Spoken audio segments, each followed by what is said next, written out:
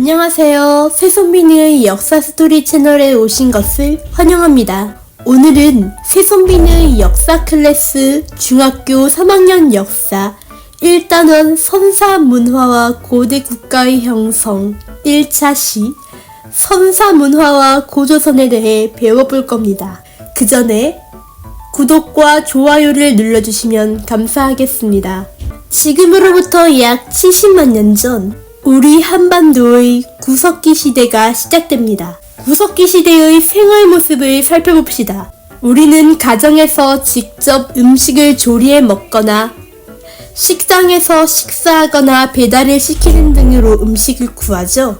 저는 스트레스 받는 시험 기간에는 마라탕, 떡볶이를 주로 시켜 먹는데 구석기 시대 때는 동물을 사냥하고 식물을 채집하거나 물고기를 낚시하는 방법으로 식재료를 구해 음식을 만들어 먹었습니다. 자기가 살던 지역에 먹을 게 떨어지면 굶어 죽을 순 없잖아요. 무리를 지어 다른 지역으로 옮겨 다니는 이동 생활을 했습니다.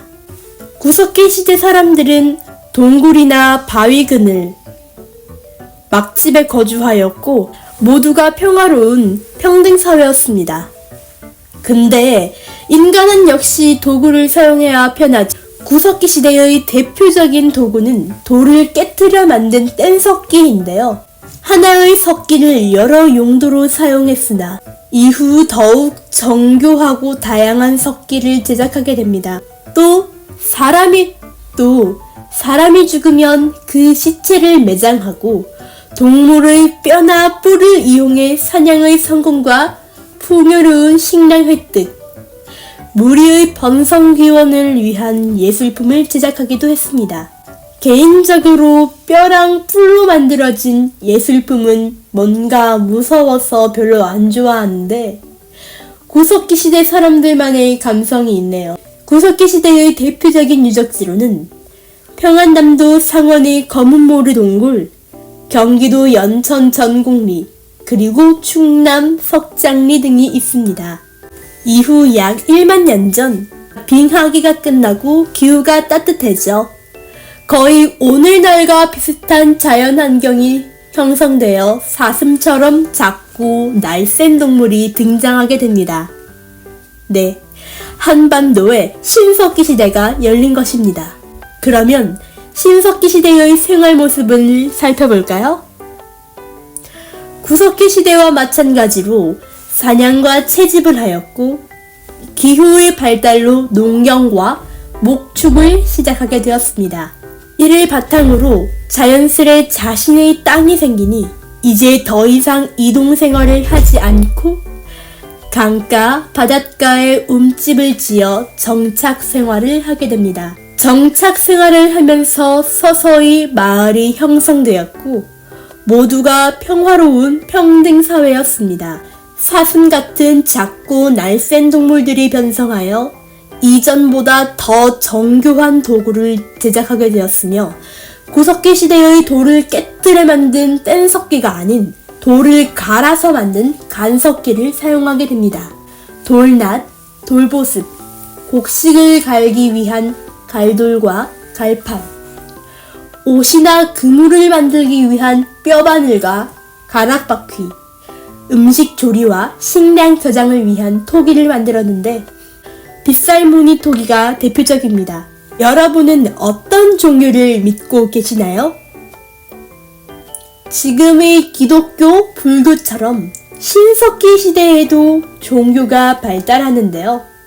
자연물에 영혼이 있다고 믿는 애니미즘, 특정 동식물에 숭배하는 토테미즘이 있었고 또 영혼이나 조상을 숭배하기도 했습니다.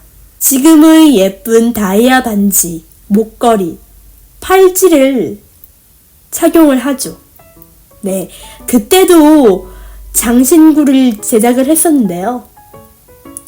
조개 껍데기와 동물의 뼈 등으로 장신구를 제작했다고 합니다. 또 종교의 발달에 따라 종교 관련 예술품을 제작하기도 했습니다. 시간이 흘러 기원전 2000년경에서 기원전 1500년경부터 만주에 청동기가 보급되는데요. 이 청동기가 글쎄 한반도까지 보급되게 됩니다. 이로 인해 한반도에는 청동기 시대가 시작됩니다. 청동기의 등장으로 도구에도 변화가 생기는데요.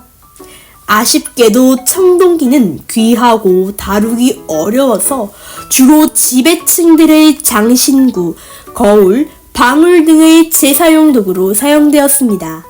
또 청동검 등 무기를 제작하는 데도 사용되었습니다. 지배층이 아닌 피지배층들은 돌과 나무로 반달 돌칼과 같은 생활도구와 농기구를 만들었습니다.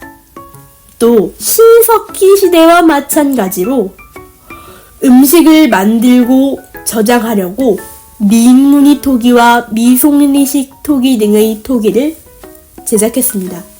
또 만주와 한반도를 중심으로 비파형 동검과 같은 독자적인 청동기 문화권이 발달하여 독자적 문화권을 형성하게 됩니다. 청동기 시대의 도구를 살펴보았으니 이제는 생활 모습과 사회 변화에 대해 살펴보아야겠죠. 청동기 시대에는 농경이 발달하여 조, 피, 보리 등의 잡곡을 재배했고 한반도 남부 지역의 벼농사가 보급됩니다. 반달돌칼과 돌낫 등으로 곡식을 수확했고 민무늬 토기, 미송리식 토기 등의 이 곡식들을 저장했습니다. 지금껏 평화로운 평등사회였던 한반도는 점점 계급사회가 되어버리죠. 농경과 목축의 발달로 사유재산의 개념이 등장하고 빈부 차이가 발생합니다. 또 정보활동을 통해 계급사회가 형성됩니다. 계급이 발생함에 따라서 족장이 등장하게 되는데요. 권력과 재산이 많은 자가 족장이 되었습니다. 이 족장들은 부족 통솔과 제사를 주관하였고 지배층이 죽으면 고인돌이나 돌넛 무덤을 제작했습니다. 매장을 할 때는 지배층의 상징인 청동검, 청동거울 등을 함께 매장했습니다.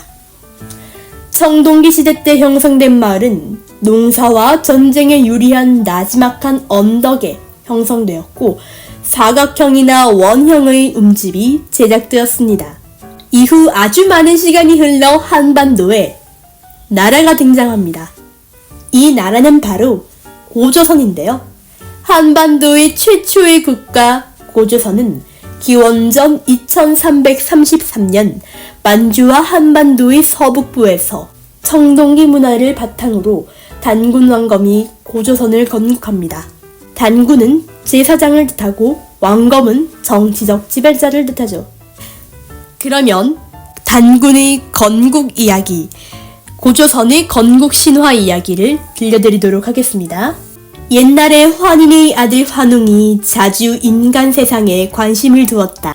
이에 환인이 하늘의 징표 3개를 주고 내려보내어 그곳을 다스리게 하였다. 환웅이 바람, 비, 구름을 다스리는 신하와 3천여 명의 무리를 거느리고 신단수 아래에 내려왔다.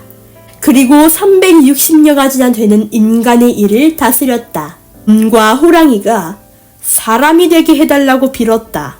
환웅은 쑥과 마늘을 주면서 이것을 먹고 100일 동안 햇빛을 보지 않으면 사람이 될 것이다 라고 하였다. 곰은 21일 동안 조심하여 여자의 몸이 되었으나 호랑이는 조심하지 못하여 사람이 되지 못하였다. 여자가 된 곰은 아이를 갖게 해달라고 빌었다. 이에 환웅이 잠시 사람으로 변하여 그녀와 혼인하고 아들을 낳아 단군 왕검이라 이름을 지었다.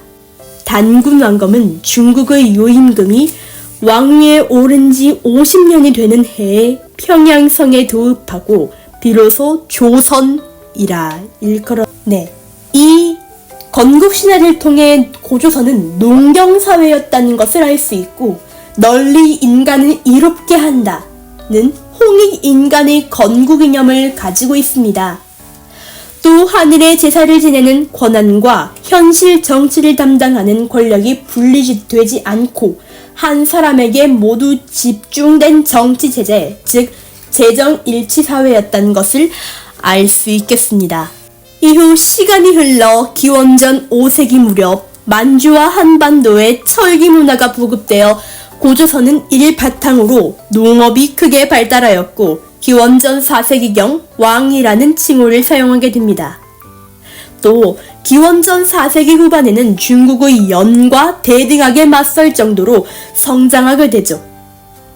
하지만 얼마 후 고조선은 연의 공격을 받아 요동 일대의 지배권을 잃게 됩니다.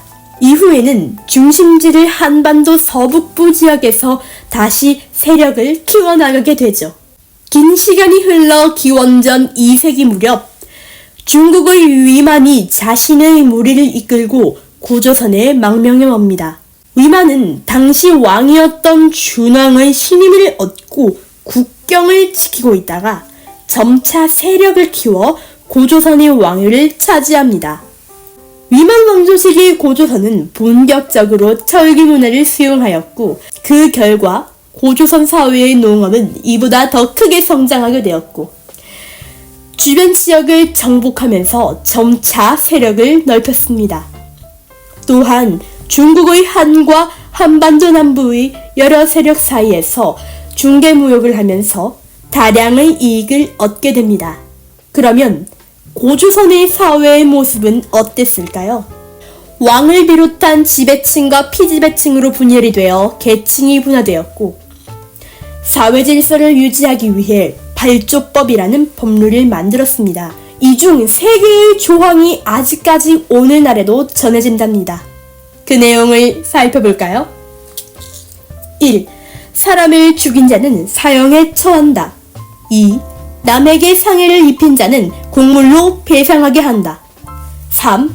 남의 물건을 훔친 자는 재산을 몰수하고 그 집의 노비로 삼으며 용서를 구하려는 자는 1인당 50만 전을 낸다. 이런 3개의 조항이 오늘날까지도 전해지고 있습니다.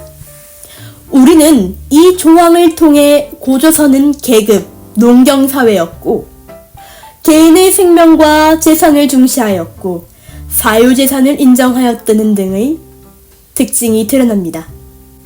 이후 고조선은 어떻게 되었을까요? 네, 계속해서 이야기를 이어나가겠습니다. 한이 고조선에게 한번 덤벼보자는 식으로 고조선을 공격합니다. 이에 고조선은 1년 넘게 한의 공격에 저항합니다. 고조선의 지배층은 점차 분열이 되었고 고조선의 수도인 왕검성이 함락되면서 고조선은 기원전 108년에 멸망하게 됩니다. 고조선이 멸망한 이후 한은 고조선 땅에 낙랑궁 등과 같이 군현을 세우고 지배합니다. 이후 고조선 유민들은 한반도 남쪽으로 이주하여 삶을 이어나가게 됩니다. 시간이 흘러 한이 지배를 하기 위해 세워둔 군현이 점차 소멸되었고 한반도에는 여러 나라들이 새롭게 성장하게 되는데요. 그 나라들에 대해선 다음 시간에 이야기를 들려드리겠습니다. 오늘의 역사 클래스에서는 한반도의 선사문화, 청동기 시대, 고조선의 건국과 발전에 대해 알아보았는데요. 오늘 배운 내용 꼭 잘 정리해주세요.